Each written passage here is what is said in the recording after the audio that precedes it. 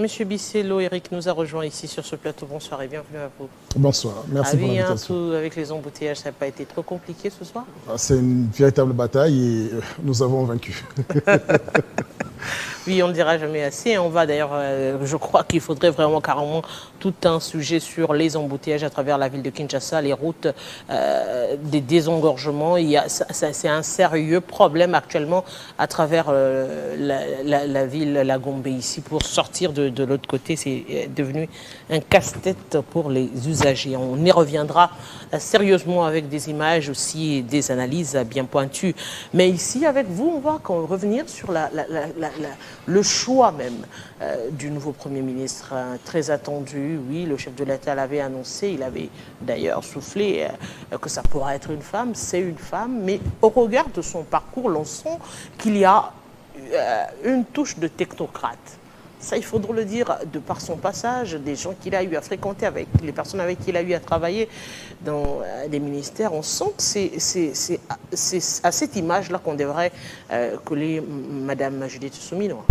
Effectivement, au-delà de la présomption de compétences qu'on peut lui attribuer, je ne suis pas contre sur le fait que nous avions peut-être besoin d'une femme pour pouvoir rendre une forme de considération par rapport aux efforts, mais notamment par rapport à la souffrance que vivent les femmes en République démocratique du Congo.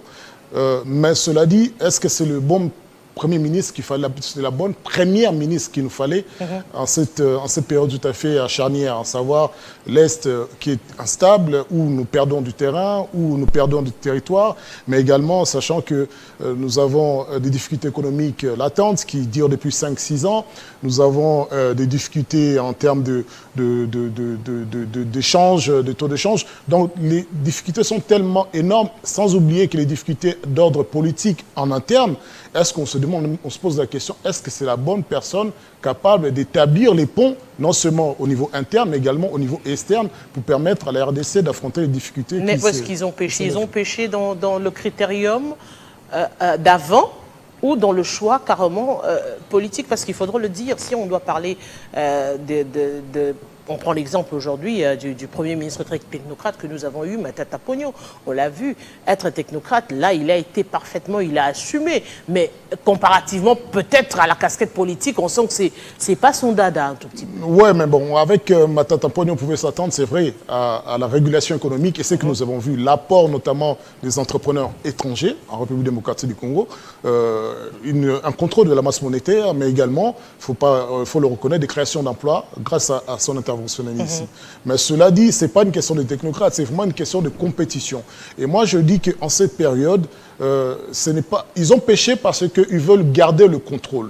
C'est une personne qui fait partie du système. Et c'est ça qui est le plus dérangeant. C'est qu'elle était dans le gouvernement sortant, c'est quelqu'un que l'UDPS contrôle, que le chef de l'État contrôle, qu'ils ont déjà eu à travailler. Et si on regarde, ne serait-ce que là où elle est passée par le ministère des Plans, le territoire, le 145 territoires qui est la mesure phare du chef de l'État durant ces 5 dernières années, mais écoutez, ça n'a pas encore abouti, le résultat est contestable à ce jour. Donc, mais tous savons que le PDL a réussi, tous évoquent je ne sais pas comment vous pouvez on n'arrive pas à palper parce que c'est à l'intérieur du pays, c'est parce que c'est dans les fins fonds de la République démocratique du Congo que l'on n'arrive pas à palper réellement les 145 territoires. Alors, si c'était réussi, on nous le vendrait en permanence tous les jours. Croyez-moi, ils ont le moyen de nous vendre des projets imaginaires. Alors, une réussite pareille. Non, parce que moi, je me souviens de son interview en novembre auprès de Top Congo. Elle disait qu'avec la totalité de l'argent décaissé, elle n'était qu'à 20% des réalisations.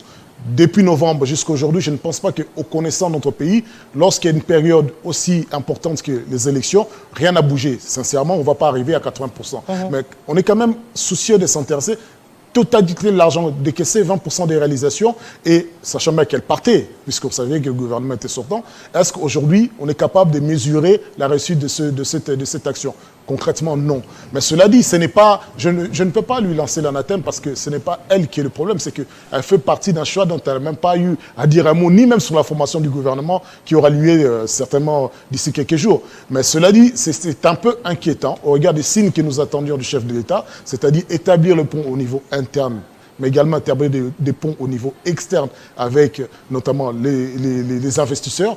Et ça ne rassure pas. PNUD, oui, c'est bien, mais on ne peut pas comparer, Madame Judith, à de la trompe de l'ancien Premier ministre Matata Pognon. Malheureusement pas. Et cela n'inaugure rien de bon, parce que le problème de la RDC actuellement, c'est la guerre à l'Est. Est-ce qu'elle en a les moyens? La réponse est tout de suite non. Est-ce que le chef d'État a une ambition autre que de terminer cette guerre? Non. Mais quand on parle du pouvoir discrétionnaire du chef de l'État, ça veut dire que le chef de l'État, peut-être, on sous-entend qu'il a d'autres projets qui corroborent avec le profil de Judith Souminois. Aujourd'hui, est-ce qu'il faudrait commencer par établir les problèmes dont souffre la RDC pour chercher le profil après, ou l'inverse? Parce qu'en même temps, on a besoin de résoudre ces problèmes. En même temps, la question politique s'invite. Parce qu'apparemment, la question politique, vous l'avez évoqué ici, semble être prioritaire. C'est-à-dire, on doit garder le contrôle. Et garder le contrôle, ça veut dire qu'on doit évoluer dans la continuité dont ils ont vendu pendant la campagne électorale. Et cette continuité, c'est entre autres... entre guillemets, c'est aussi le retour de certains ministres peut-être qu'on devra, dont Mme Souminois qui est devenue Premier ministre. Moi, je me souviens que le chef d'État avait déclaré avoir commis un certain nombre d'erreurs qu'il fallait rectifier. La question qui se pose, est-ce que ces nombreuses erreurs étaient dans l'ordre des personnes qui l'entouraient, de politiques, de manque d'ambition, de détournements? On ne sait pas. Mais en finalité, si nous gardons les mêmes acteurs, la même cohérence politique et les mêmes défaites, mais écoutez, il n'y a rien à changer, c'est-à-dire ils ne regrettent rien, tout a été une réussite. Alors moi, je ne me souviens pas que les 5 dernières années aient été une réussite pour les Congolais, ni pour le pouvoir d'achat, ni pour la sécurité, ni même pour le développement. Donc c'est un peu paradoxal cette façon de voir les choses, parce que pouvoir discrétionnaire, oui, mais vous nous avez vendu un projet politique. Vous avez voulu vendre aux Congolais un rêve et un idéal. L'alignement d'Afrique, ok, nous laissons tomber. Qu'est-ce que vous avez dit d'autre? Que les fonctionnaires, les policiers s'achèteraient des véhicules, s'achèteraient des maisons. Ok, nous vous avons donné. Mais finalement, qu'est-ce qui est responsable de tout cela? C'est la guerre. La guerre nous prend énormément de temps, nous prend énormément d'argent, nous prend énormément de personnel et des Congolais. Et sans être de mauvaise foi, si vous ne résolvez pas le problème de la guerre, vous ne résoudrez strictement rien.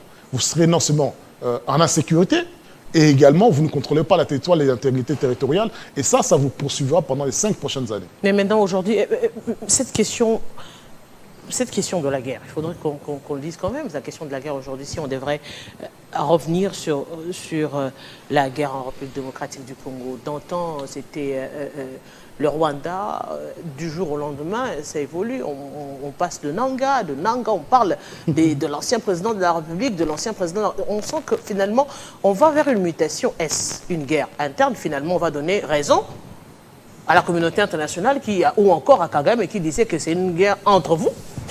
Écoutez, sincèrement, c'est le narratif de l'UDPS qui a changé parce que tous les Congolais savent effectivement que le Rwanda est derrière le M23. Tous les Congolais savent, à travers notamment les images que nous ont montré les drones par le ministre de la Défense, que l'armée rwandaise était présente sur le sol congolais. L'armée rwandaise participait au génocide congolais. Et ça, même les rapports mapping le disent depuis des décennies.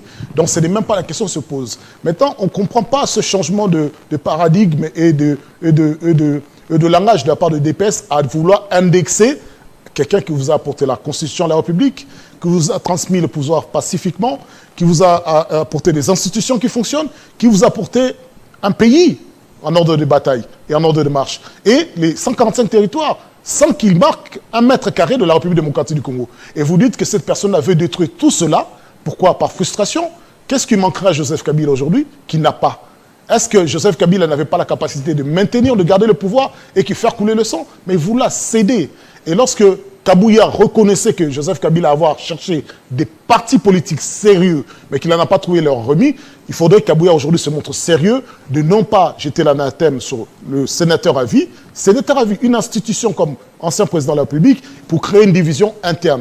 Mais le narratif veut quoi? Dédouaner Paul Kagame pour que le chef d'État aille rendre hommage aux 800 000 Rwandais assassinés, ou bien, à un moment, il faudrait aussi que le chef d'État se souvienne qu'il y a 10 millions de morts de notre côté. Il faut commencer à travailler sur cela, ne serait-ce que par respect pour la lutte qu'a menée son propre père, que pour la lutte qu'a menée l'UDPS. Donc ce paradoxe est inquiétant est inquiétant parce que d'autant plus que nous avions dénoncé la levée de moratoire, parce que ça aussi c'est l'héritage de Joseph Kabila, de ne pas tuer inutilement les Congolais. À travers la Constitution, l'article 16 et 61, on nous a fait que le droit à la vie est consacré à travers les textes. Mais la levée de moratoire veut dire quoi? Que nous allons assassiner légalement contre la Constitution. Et assassiner qui? Non seulement les militaires, mais on assassiner également les opposants politiques. D'où nous avons vu une sortie médiatique, un lâcher médiatique de la part des services de renseignement, nous disant que voilà, à part ceux qui ont les armes à l'Est et également ceux qui ont les verbes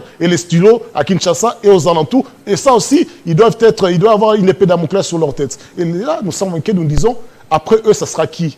Ça sera qui finalement? Mais maintenant, face à cette situation, face à ce gouvernement qui est très attendu, on se dit, oui, c'est le second mandat et dernier mandat de Félix Tshisekedi à la tête de la République démocratique du Congo. Avec quel type d'homme, pour quel résultat? Parce qu'au finish, aujourd'hui, les challenges seraient de marquer positivement l'image, non seulement la population congolaise, mais aussi garder haut l'image du parti UDPS. Bah déjà, il faudrait rappeler aux Congolais qu'effectivement, c'est la Constitution de la République qui rappelle que c'est le dernier mandat de Félix-Antoine Tshisekedi au sommet de l'État. Kabouya a beau se mentir à travers les matinées politiques, il ne va pas dire autre chose que ce que dit la Constitution. Ça, il faut que ça reste dans nos têtes. Deuxièmement, chef de l'État nous avait vanté, avant que Joseph Kabila lui transmette le pouvoir, le renouvellement de la classe politique. Pas en termes d'âge, mais en termes de mentalité. Mais il n'a rien changé. Il n'a strictement rien changé. Et ce qui est pire, je vous l'ai dit tout à l'heure, il nous a dit avoir commis des erreurs. Mais aujourd'hui, ces mêmes personnes dont la population congolaise avait déjà vomi, qui ont traversé le temps de Mobutu, de Mzee Laurent Désiré Kabila, qui ont certains même été arrêtés par Mzee Laurent Désiré Kabila pour corruption, détournement d'argent. Voilà, c'est des gens que la République dont on n'a plus besoin et qu'il fallait prendre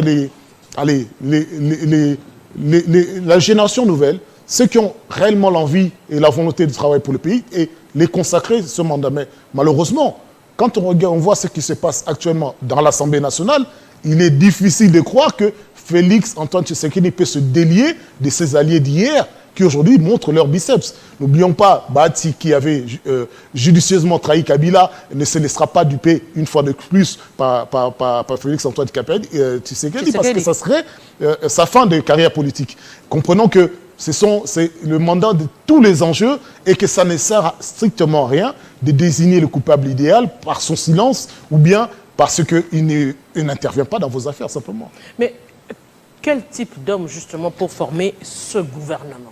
Nous avions pensé que... Parce que dans les différents secteurs, on ne le dit pas assez, peut-être aussi on verra dans le sport, le sport est presque perdu, on ne parle... Il n'y a plus rien, ça ne donne même plus envie de rêver, même pas envie d'en parler aujourd'hui. Dans des secteurs clés comme ça, où on sait d'office, quand on parle de la République démocratique du Congo, par exemple, il y a la culture, il y a le sport, on doit voir le volet sécuritaire. La famille. Donc, on s'est dit finalement, aujourd'hui, on n'a rien comme repère. On n'a rien pour de simples raisons que vous avez tout à l'heure dit que ça appartenait au pouvoir discrétionnaire du chef d'État de valider notamment ceux qui seront nommés comme étant ministres. Mais ce pouvoir discrétionnaire laisse entendre également que c'est la volonté politique de changement ou pas. Si on nomme les gens en fonction de leur, exclusivement, appartenance politique sans bagage, si on nomme les gens, exclusivement, en fonction de leur sexe et non pas de leurs compétences, si on nomme les gens par recommandation et non pas par rapport aux capacités à pouvoir relever la nation, eh bien, c'est sûr qu'on va droit vers le mur. Des compétences et des capacités, il y en a. Mais est-ce qu'aujourd'hui, nos amis qui sont au pouvoir, qui pensent qu'aujourd'hui, que la République leur appartient, c'est leur pouvoir, est-ce qu'aujourd'hui, ils ont la conception des hommes d'État pour dire que non, la République nous appartient et que nous devons travailler pour relever la République? Consultons pourquoi pas Joseph Kabila, consultons pourquoi pas Mukwege, consultons pourquoi pas Martin Fayulu, consultons tous ceux qui ont voulu participer au jeu démocratique, bien qu'ils ne soient pas d'accord sur la finition, parce que finition, c'est une tricherie honteuse, mais au moins faire amende honorable, dire que non, nous ne sommes pas parfaits, mais comment redresser la nation ensemble. Et c'est ça, c'est par ce débat-là qu'il faut commencer. Le dialogue interne ne commencera que par là. C'est à partir de là que nous deviendrons de toute façon forts pour combattre éventuellement les velléités extérieures à l'est de la République. Mais aujourd'hui, disons-le, parce que sur le plan politique, la machine, c'était l'Union sacrée. La machine Union sacrée où il y avait carrément les représentants des partis ou regroupements politiques, notamment Sama Lukonde qui figurait comme Premier ministre, qui représentait carrément le regroupement politique je ne m'abuse, le nom va revenir, du conseiller du chef de l'État. On se dit aujourd'hui, est-ce qu'il y aura reconfiguration de l'Union sacrée? Est-ce que l'Union sacrée représente quelque chose au regard de tout ce qui se fait actuellement? L'on sent, sans le dire, qu'il y a cette machine UDPS qui a le contrôle carrément de l'Union sacrée, qui est à la tête de l'Union sacrée. Et aujourd'hui, avec d'ailleurs les résultats des élections des députés, on se dit se dit je suis la tête et j'ai conduit toute l'équipe. L'Union sacrée est une supercherie. Tout d'abord, si nous visitons l'Union sacrée par sa création, ils ont créé un texte qui était la vision du chef de l'État. Ils nous accompagnent cette vision pour que le chef de l'État, non seulement ait la majorité, mais pour accomplir cette vision. Une fois les élections passées, ceux qui ont brûlé les pneus, ceux qui ont cassé les sièges, ce ne sont pas les gens de l'opposition, dont certains ont été dégagés simplement du seuil. Mais c'est les gens du pouvoir, c'est les gens de l'Union sacrée. Et aujourd'hui, si on n'a pas de gouvernement, c'est parce que l'Union sacrée bloque. Donc c'est une supercherie pour faire croire aux Congolais que nous pensons à vous, nous soutenons le chef d'État pour vous aider à améliorer les conditions de vie des Congolais, mais effectivement non, ces gens-là ne pensent qu'à eux, à leur ventre et à leur pouvoir. Nous ne pouvons rien attendre de l'Union sacrée. Ça, c'est une vérité. Et parce qu'aussi, la gloutonnerie de l'UDPS, son incapacité à anticiper politiquement, en laissant de côté ses propres forces, ses propres intelligences, parce qu'il y en a des intelligences à l'UDPS, mais on ne les consulte pas, on ne les fait pas participer, mais fait en sorte que l'UDPS est amené à imploser. D'où les mosaïques qui n'ont même pas des membres, mais ils ont réussi à avoir des députés extraordinaires. Des mosaïques même est une supercherie, parce que si l'UDPS avait des biceps, il aurait dû partir aux élections en disant Congolais, nous sommes UDPS. Ils n'auraient pas dit nous sommes AAA, nous sommes BBB, comme on a tendance à le dire. Nous sommes des partis d'intérêt. Non, il fallait dire nous sommes IDPS et nous sommes des mosaïques de IDPS. Mais c'est une supercherie que le Congolais en tire les leçons pour dire que la chose n'est pas finie. Ce n'est pas parce que ces élections sont terminées que rien n'arrivera. Nous avons, c'est ce qu'on appelle la Constitution de la République, et nous avons celui qui est le constituant originel, qui est la population. À chaque fois que la population se réveille, le compteur sont remis à zéro. Et donc moi, je reste très prudent à la place de nos amis qui sont au pouvoir, de ne pas penser qu'ils sont arrivés, que c'est acquis, et parce qu'aujourd'hui, rien ne laissera attendre que les Congolais vont se laisser abuser de la même manière qu'ils ont subi pendant ces 5 dernières années. Donc l'Union sacrée, pour moi, a déjà implosé. Kamere reste à sa place en train de guetter ce qu'il avait demandé, il a du mal à l'avoir. Mbosso ne veut pas lâcher le perchoir de l'Assemblée nationale, malgré qu'il ne soit plus le plus âgé des députés nationaux. Donc, violation des textes de loi imaginables. On sait bien que le Sénat est laissé à l'ancien Premier ministre qui va aller en douceur le conquérir, mais on sait aussi que Bahati, qui est là, a suffisamment perdu en termes de députés et qu'il attend de voir en quoi il sera récompensé. Donc l'implosion est imminente et évidente. Et on dira encore, c'est Kabila qui les aura invités à rejoindre l'AFC. La grande question. Mais aujourd'hui, quel message lancerez-vous justement à la population, mais aussi à tous ces challengers? Parce qu'il y a des gens, il y a ceux qui attendent justement se retrouver dans le gouvernement pour, tant soit peu, apporter un plus à la République. Pour partager le gâteau, mais oui, c'est la routine. Les Congolais doivent savoir que dans les partis politiques, nous parlons effectivement de la République comme étant un gâteau. C'est un gâteau, ce n'est pas un bongo qui a inventé les termes. Ce qui est inquiétant aujourd'hui, c'est qu'on ne sait pas où se trouve l'institution président de la République. C'est ça que nous devons retenir.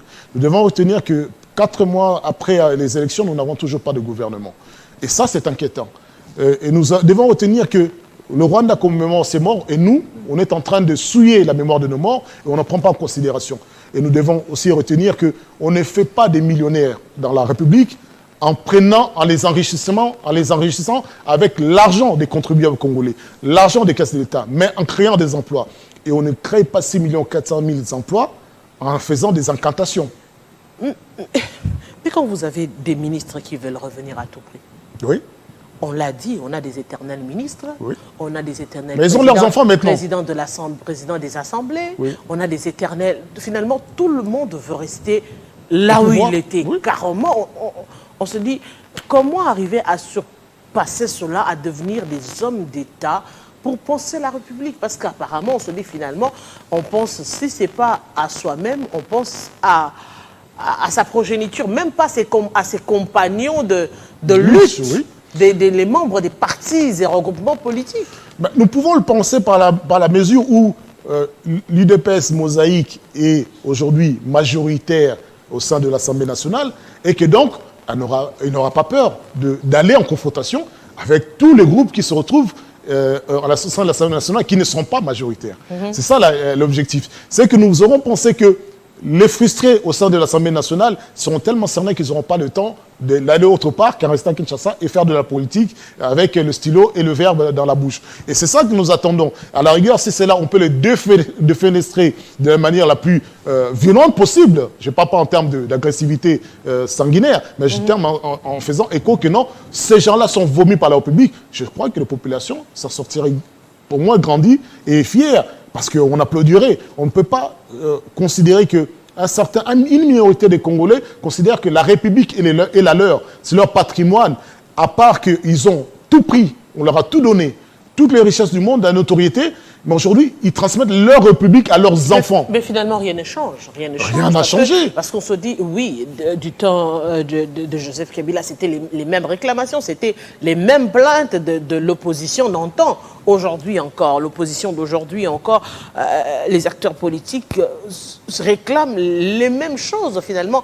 Est-ce que c'est un système qui est ancré dans les têtes des gens qui composent la classe politique ou encore il faudrait penser... On parle même plus renouvellement parce que le renouvellement, il est là. On voit déjà, si on doit parler des enfants, c'est déjà le renouvellement. Oui, parce que mais autant de Kabila, il faut quand même être prudent parce que 18 ans au pouvoir, on a l'impression que c'est du jour au lendemain. Non, c'est que le Congolais en avait marre effectivement de voir pendant 10 ans, 15 ans, les mêmes têtes. Et donc, ce renouvellement, nous l'attendions maintenant avec de nouveaux visages. Nous ne l'avons pas eu les 5 dernières années et que ne pas l'avoir aujourd'hui, ça serait une ignominie. C'est-à-dire que ça serait un mensonge. Mais c'est quand même de nouveaux visages. Si on doit voir la classe politique actuelle, c'est des nouveaux visages. On parle de la majorité des gens de la diaspora qui sont venus, qui ont été ministres. C'est quand même de nouveaux visages. Mais tout est relatif. Nouveaux visages peut-être pour nous, mais pas pour ceux qui ont l'habitude de politique, ou bien ceux qui connaissent ces gens-là depuis. C'est des amis de monsieur. Donc les amis, il ne s'agit pas ici de mettre ses amis pour dire qu'on a renouvelé la classe politique. Il s'agit de prendre ces Congolais qui sont déjà, qui ont la nationalité congolaise, et non pas le double nationalité qui ne devrait pas exister chez nous, ça n'existe pas, mais nationalité congolaise qui travaille pour la nation, qui a étudié ici, qui produisent ici, qui investissent ici. Pas comme ceux-là qui viennent en touriste, prendre un maximum d'argent et partir. À la moindre escarmouche, eux, ils vont partir. Ils vont partir avec l'argent et nous serons là en train de chercher le dollar, que eux, ils sont en train d'exporter le dollar et de le faire disparaître des circuits économiques.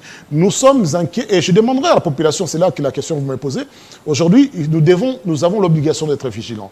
Nous ne devons plus accepter et de croire même les politiciens sont nos dieux. Ce ne sont pas des dieux. Ce sont des gens qui ont un devoir à notre égard et nous devons être exigeants en étant en permanence derrière eux sur les actions qu'ils posent et notamment sur les promesses qu'ils nous donnent. Mais qui va suivre du moment où ils ont la majorité? On sous-entend, puisqu'ils ont la majorité, ça veut dire qu'ils ont la majorité de la population qui est en faveur d'eux. Ils ont la majorité à l'Assemblée nationale. Non, ils ont la majorité à l'Assemblée nationale, pas dans la population. Parce que j'ai la conviction que la majorité des Congolais ne font pas de la politique. La majorité des Congolais ne sont pas dans les partis politiques et ne suivent pas par sentiment. La majorité des Congolais peut aujourd'hui se réveiller. Et d'ailleurs, une partie des Congolais se trouve aujourd'hui à l'aise pour dire que ça suffit. Donc, si aujourd'hui le pouvoir politique en place n'arrive pas à comprendre que ceux qui sont là-bas, à l'Est, l'AFC et compagnie, sont également des Congolais et que attirés pour des bonnes ou mauvaises raisons à prendre des armes, il ressurgira demain d'autres frustrés des Congolais qui leur ajourneront ou créeront d'autres rébellions. Ici, le Mobondo, ça peut être une forme de rébellion. Au Congo central également. Est-ce que ce n'est pas un recul pour la République démocratique du Congo? Manifestement, nous avons énormément perdu. Et c'est là qu'on dit que, quand j'ai eu un débat avec l'un de nos amis de l'UDPS qui me dit « Mais Maître Eric, nous espérons que vous ne serez pas frustré pour rejoindre le NRH. » Non, moi j'affirme que je suis frustré. Je suis frustré parce que c'est un recul de la démocratie. Quand on voit ce qu'on a vécu pendant ces dernières années. Je suis frustré parce qu'on nous a promis des choses qu'on ne réalise pas. Je suis frustré parce qu'économiquement, nous avons accumulé 10 milliards de dettes que nous n'avions pas. Je suis frustré parce que des corruptions, des détournements d'argent, c'est au quotidien. Et pas 1 million, des centaines, des dizaines, des milliers de millions de dollars disparaissent comme ça sans qu'il y ait un coupable et un responsable. Une politique qui ne fonctionne pas. Je suis frustré. Et ma frustration veut qu'aujourd'hui, je sois dans l'opposition. Mais, disons-le, vous appuyez à l'éveil patriotique. Patriotique. Nous allons, pendant la campagne, toutes ces provinces qui réclamaient que ça ne marche pas ici, il y a ceci, nous avons besoin de voir le président. Le président de la République arrive sur place pour battre campagne pour sa réélection, ils applaudissent. Moi, je me suis entendu des gens dire, vous n'avez pas construit des toilettes ici. Moi, j'ai vu des meetings où les Congolais n'étaient pas présents. Ils prenaient et disent, voilà, c'est lui qui nous promet la gratuité. Ici, il n'y a pas de gratuité. C'est-à-dire qu'il faut prendre des choses avec beaucoup de pincettes. Il ne faut pas simplement se contenter de montages sortis de couloirs ou bien des studios de nos amis au pouvoir. Mais il faut aussi entendre, écouter ce que les Congolais disent. Et il est conscient, le chef d'État. Ces Congolais le disent où aujourd'hui? Parce que l'on reproche également à toutes ces personnes qui sont frustrées ou encore l'opposition aujourd'hui qui est carrément timide, qui est carrément presque quasi absent, qui ne réagit peut-être pas comme il se doit. Comme il se doit, c'est-à-dire casser des bus. C'est-à-dire qu'il y a des frustrations, il y a des populations. Aujourd'hui, comme on le dit, j'aime bien ce langage-là que les Kinois utilisent bien, Mboka Banana Bana. Ça veut dire que c'est seulement la population qui est en train de crier, ça ne va pas, on n'a pas ceci, on n'a pas cela. Mais les acteurs politiques font presque abstraction de ça. Oui. Ils ne réagissent pas. C'est aussi ça le problème. On a fragilisé l'opposition, et ça c'est une erreur. Parce qu'en fragilisant une opposition républicaine, on exacerbe une opposition radicale. Et c'est ça l'erreur de nos amis. Ce n'est pas lorsqu'après les élections sont finies, vous entourez Katumbi, vous l'empêchez de se déplacer, que vous dites vous maîtrisez la frustration de l'opposition. Non, la frustration elle est permanente dans la société. Il arrivera un moment où cette frustration se manifestera dans les cités. Il arrivera un moment où cette frustration se manifestera lorsque les cortèges passeront. Nous avons vu dans le passé et nous le verrons à l'avenir si nos hommes politiques ne comprennent pas ce qu'est une frustration, ne comprennent pas que... Et ce n'est pas forcément le rôle des opposants, de l'opposition de ramener les Congolais dans la rue. À quoi servent les syndicats? Pourquoi est-ce que c'est les politiciens de l'opposition qui devraient dire défendez vos droits, vos salaires, défendez votre travail, défendez votre dignité? À quoi servent les églises, les groupes communautaires, les associations où les Congolais se réunissent et discutent? Déjà, le cardinal se met à parler ici, c'est tout le monde qui le vilipende, c'est tout le monde qui pense qu'il ne peut pas dire un mot, c'est tout le monde qui pense qu'il est dans l'opposition.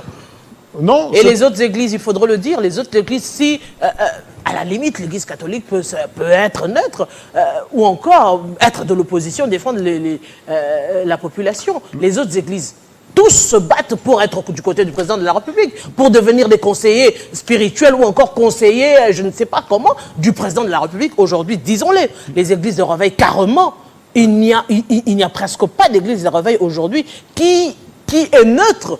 Tous veulent soutenir, toutes les églises soutiennent le président de la République. Ces églises ont été créées pour contrer l'église catholique, pour que l'église catholique n'ait plus le monopole de la parole.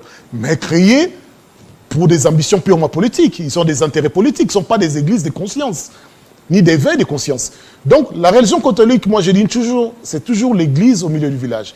Elle a toujours été du bon côté, c'est-à-dire du côté de la population.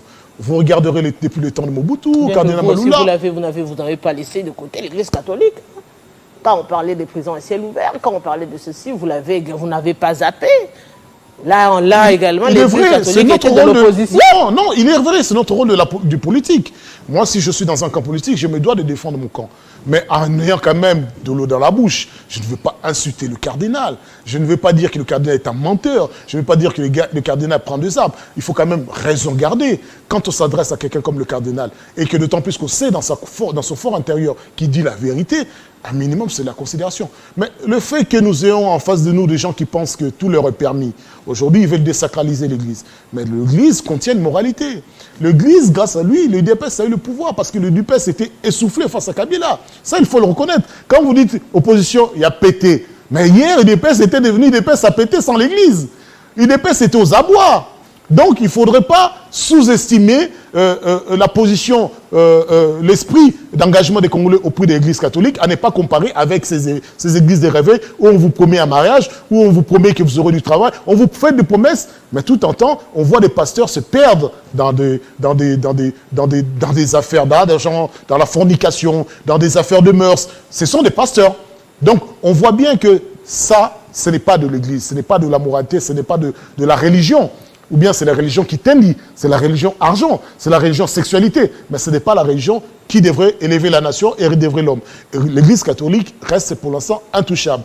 Et ses compétences, ses capacités, ses moyens ne sont pas comparables à ceux qui cherchent aujourd'hui à se retrouver auprès du pouvoir. Nous avons vu certains même, hier, être derrière la première dame, Maman Olive Lembe, pour dire « Maman Olive, Maman Olive, Maman Olive ». Mais une fois que Maman Olive n'est plus au pouvoir, ces mêmes pasteurs sont en train de vilipender Maman Olive.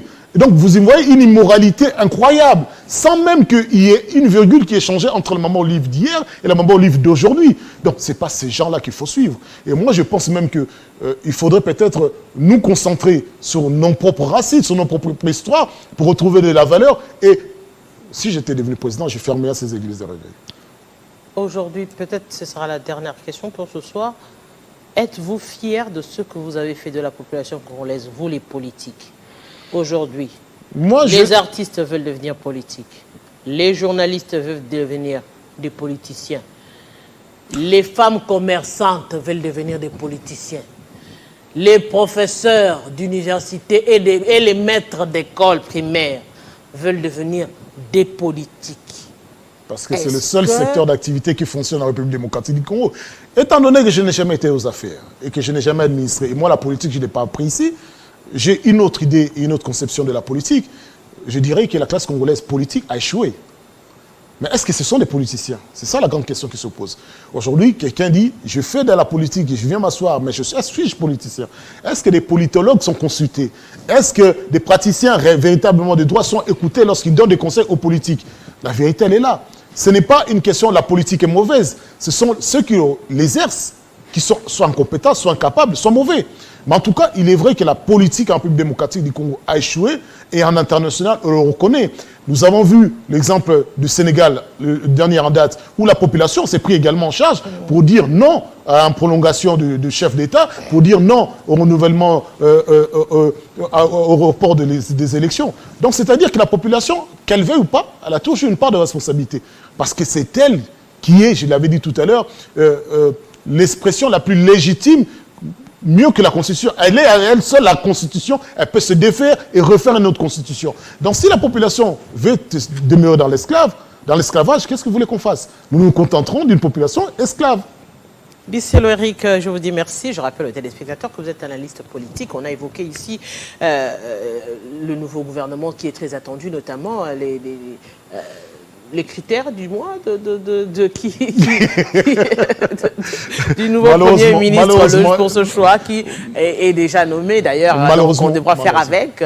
Et voilà, donc nous espérons justement vous revoir très prochainement avec d'autres sujets d'actualité. Grand merci à vous. Merci beaucoup. Eh bien, on revient sur la situation qui prévaut à l'Équateur. Oui, on parle politique à l'Équateur avec l'Assemblée provinciale. Comment justement va se tenir l'élection des gouverneurs du moment où on se dit l'Assemblée est pour l'instant fermée?